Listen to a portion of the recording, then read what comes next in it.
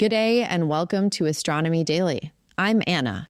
And I'm Avery. It's the weekend wrap for Saturday, the 8th of August, and this is one of those rare weekends where the sky itself is the headline. We are 4 days out from a total solar eclipse and the peak of the Perseids landing on the very same night. We'll get you set for all of that in the Skywatch at the end. Both hemispheres, proper local times, and one eye safety rule none of us are allowed to skip. But we start where the whole week has quietly been pointing, at the sun. Then 3 stories that define the week. A rocket stage that finally hit the moon, a 48-year-old spacecraft that just bought itself another year of life, and the rescue mission that spent the week rescuing itself. Let's go. Here's the question that sounds simple and isn't. What does the surface of the sun actually look like up close? Not the postcard, the fine detail, right down at the scale where the physics happens. This week, for the first time, we got to see it. And the answer is, it's covered in whirlpools. Whirlpools? On the sun? Tiny ones, some only about 20 kilometers across, which on the sun is almost microscopic. In a paper published Wednesday in Nature, a team led by David Kuridze at the U.S. National Solar Observatory in Hawaii, the biggest solar telescope ever built, a 4-meter mirror on Haleakala, zoomed in on the edges of the sun's granules. And where earlier telescopes saw a smooth, slightly blurry boundary, Inouye saw structure. Curling, breaking, wave-like swirls, forming and dissipating everywhere along the magnetic boundaries. And these have a name. They're not a total surprise physically, right? Exactly right. And that's what makes it satisfying rather than baffling. They're called Kelvin-Helmholtz instabilities.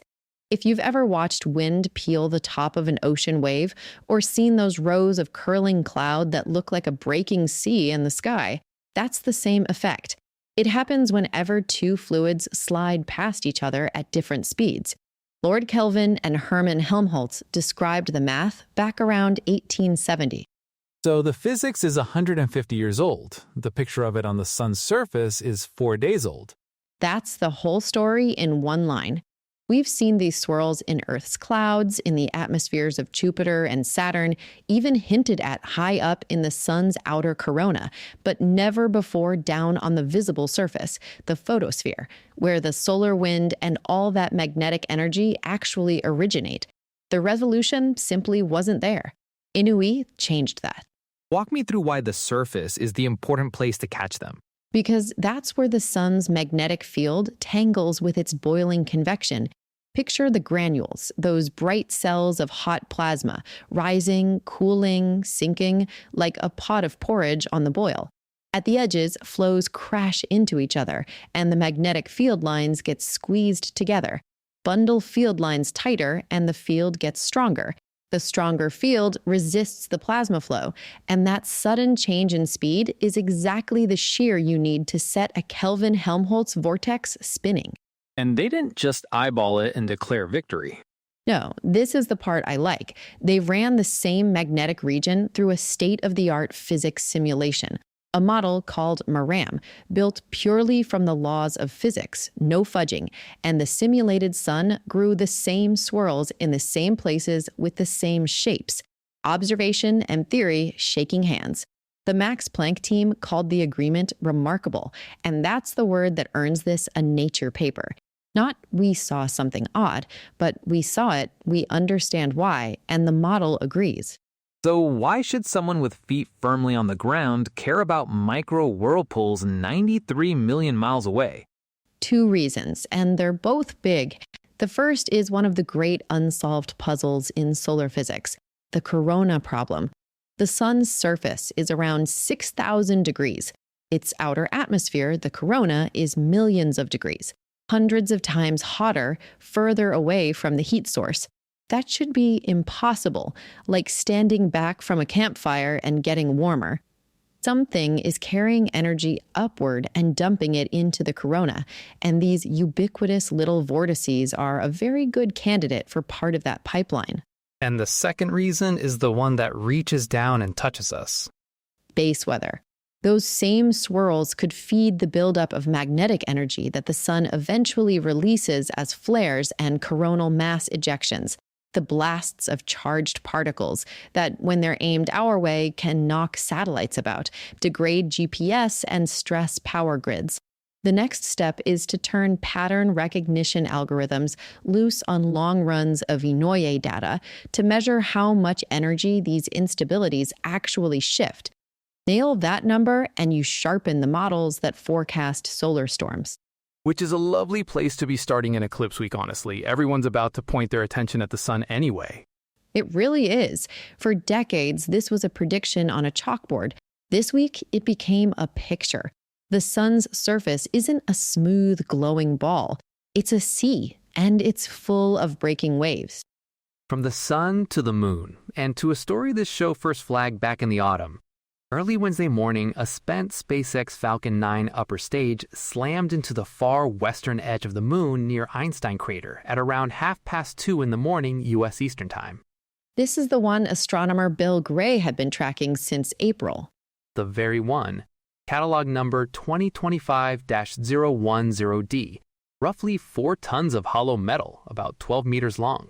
It launched in January last year carrying 2 commercial lunar landers, Firefly's Blue Ghost and iSpace's Resilience, under NASA's commercial lunar program. Its job done, it was left drifting, and for 19 months, sunlight and gravity nudged it around cislunar space until the numbers lined up on a collision course. And it hit at genuinely startling speed. About 5,400 miles an hour, 7 times the speed of sound, releasing energy like roughly 3 tons of TNT. The catch for Skywatchers, it came down on sunlit ground, so any flash was washed out by daylight. Nobody on Earth got the fireworks. So how do we actually confirm it happened and see the scar? From orbit, and this is where it gets good. NASA's Lunar Reconnaissance Orbiter and South Korea's Danuri spacecraft are retasking to photograph the site. Because we know almost exactly where and when it struck, we get a rare before and after, a fresh crater expected somewhere between 18 and 30 meters wide, appearing on a patch of moon we already had mapped. I'll be honest, those high-resolution images aren't in hand yet. They depend on lighting and orbital geometry over the coming weeks, but the impact itself is confirmed. And there's a bigger point sitting underneath the spectacle. There is. This is only the second known unintentional lunar impact by a rocket stage. The first was a Chinese booster back in 2022. But the traffic up there is climbing fast, and there's still no binding rulebook for disposing of hardware on these high-energy paths. SpaceX says this stage was passivated by the book, and is now working with NASA on prevention. Fittingly, the international meeting that produced the latest recommendations for the moon was held right here in Sydney. The recommendations are real. The requirements aren't there yet. A new crater and a nudge to write some rules before the next one. Now to the most distant good news story you'll hear all year. Voyager 2, launched in 1977, now more than 21 billion kilometers away, out in interstellar space, has just been given at least another full year of science by engineers who can't touch it, can't send it apart, and have to wait about 19 and a half hours just for a command to arrive. And they've given the maneuver a wonderful name. They're calling it the Big Bang. Here's the problem it solves. Voyager runs on plutonium, radioisotope generators that turn heat from decay into electricity, and that supply drops by about 4 watts every single year. It's a spacecraft slowly running out of power, and for years, the fix has been to switch instruments off one by one. Without action, Voyager 2 would have had to shut down another of its 3 remaining instruments before the end of this year. So why Big Bang? What's dramatic about a power swap? Because it all had to happen at once. They switched off a set of power-hungry devices and swapped in lower-power alternatives. But the catch is that the very same power also produces heat. And out there, near absolute zero, if the wrong component gets too cold, it freezes and dies permanently. You can't do it gently, one step at a time. The thermal sums only balance if you throw the switches simultaneously. As one of the engineers put it, they couldn't afford to be wrong. And it worked, exactly to plan. And Voyager 1 is next in the queue. It is. The team is stepping through the same process on Voyager 1 in the coming weeks, and the early tests have gone smoothly. 2 probes, 48 years old, still humanity's only instruments physically out in interstellar space, kept alive by people rewriting how the hardware is used from 13 billion miles back. That's not a rescue that ends the story. The power keeps falling, but it's another year of listening to the space between the stars. And now, our running saga of the week, the rescue mission that spent the week being rescued. You'll remember the setup. NASA's Swift Observatory, 22 years old, a first responder for gamma-ray bursts, is sinking. Its orbit is decaying and it can't lift itself, and without help, it's likely to re-enter this spring our time, once it drops below about 300 kilometers. Enter Link, built at extraordinary speed to go up and give Swift a boost. A commercial servicing spacecraft from Catalyst Space, built clean sheet in about 9 months, launched last month. First of its kind, a private robot grabbing a government satellite that was never designed to be serviced. Except that during commissioning, Link itself tumbled into a multi-axis spin, up to 9 degrees a second with 2 of its 3 reaction wheels out of action, and some loss in its cold gas thrusters. The rescuer needed a rescue. And this week is where that turned a corner. It genuinely did. Using thruster burns, the team has wrestled that spin all the way down, from 9 degrees a second to 1.47 degrees, and they're holding it steady there. The D-spin, effectively, is 1. The mission has now shifted from a stabilisation problem to a software one. Because so much of the original attitude control system is offline, they're preparing a major flight software upgrade to restore full control using what still works. And only once that lands can the chase actually begin. Right, software update first, then the phasing maneuvers to line Link's orbit up with Swift, then a rendezvous and a grapple with its 3 robotic arms, targeted around the end of August. If it all comes off, Link slowly walks Swift back up toward its old orbit over a couple of months, then peels away and burns up itself. It's down to the wire, but a week ago this looked close to lost, and today it looks like a spacecraft catching its breath before the hardest part. We will absolutely keep you posted as that end of August window comes up. And so to the sky, and what a 4 days we're heading into. On Wednesday, the 12th of August, 2 of the year's marquee events land together, a total solar eclipse and the peak of the Perseid meteor shower.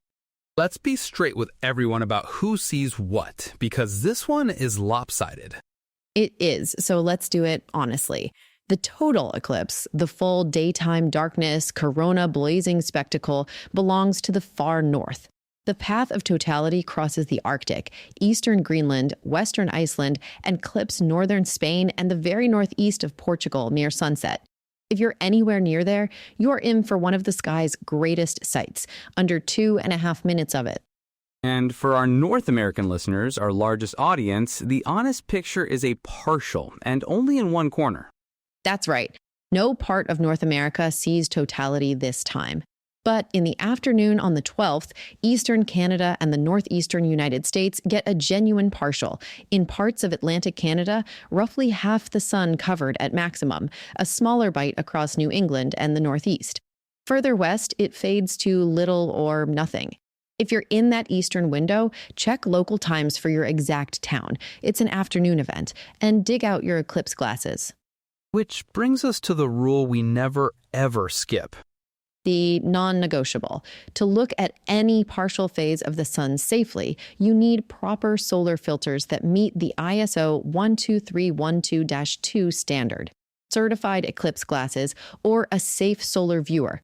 Ordinary sunglasses do not work, no matter how dark. Only someone standing inside the path of totality may remove them, and only during the brief total phase. Everyone seeing a partial, that's all of North America and most of Europe, keeps them on the entire time. Damage to your eyes is painless and permanent. Please don't risk it. And if you're nowhere near the track, which includes all of us down here in the South, NASA streams the whole thing live from about 1:15 Eastern. Now, the Perseids that same night, and here the news is good for the northern half of the world. The peak lies the night of the 12th into the 13th.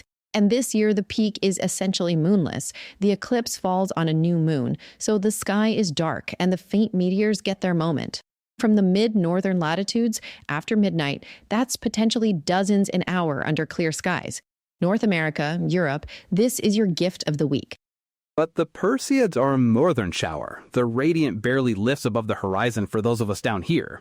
It barely clears it. So from Sydney or Auckland, you'll catch only a stray few low in the north before dawn. So here's what the southern hemisphere actually gets, and it's worth setting an alarm for. Before sunrise this week, the morning sky is stacked, a long line of planets, Saturn, Mars, Uranus, and Neptune, with Jupiter low and Mercury climbing, strung across the pre-dawn. Venus is your brilliant evening star after sunset. And for the patient, comet 10P Tempel 2 is rising late in the evening, around 9:30, if you've got binoculars and a dark horizon.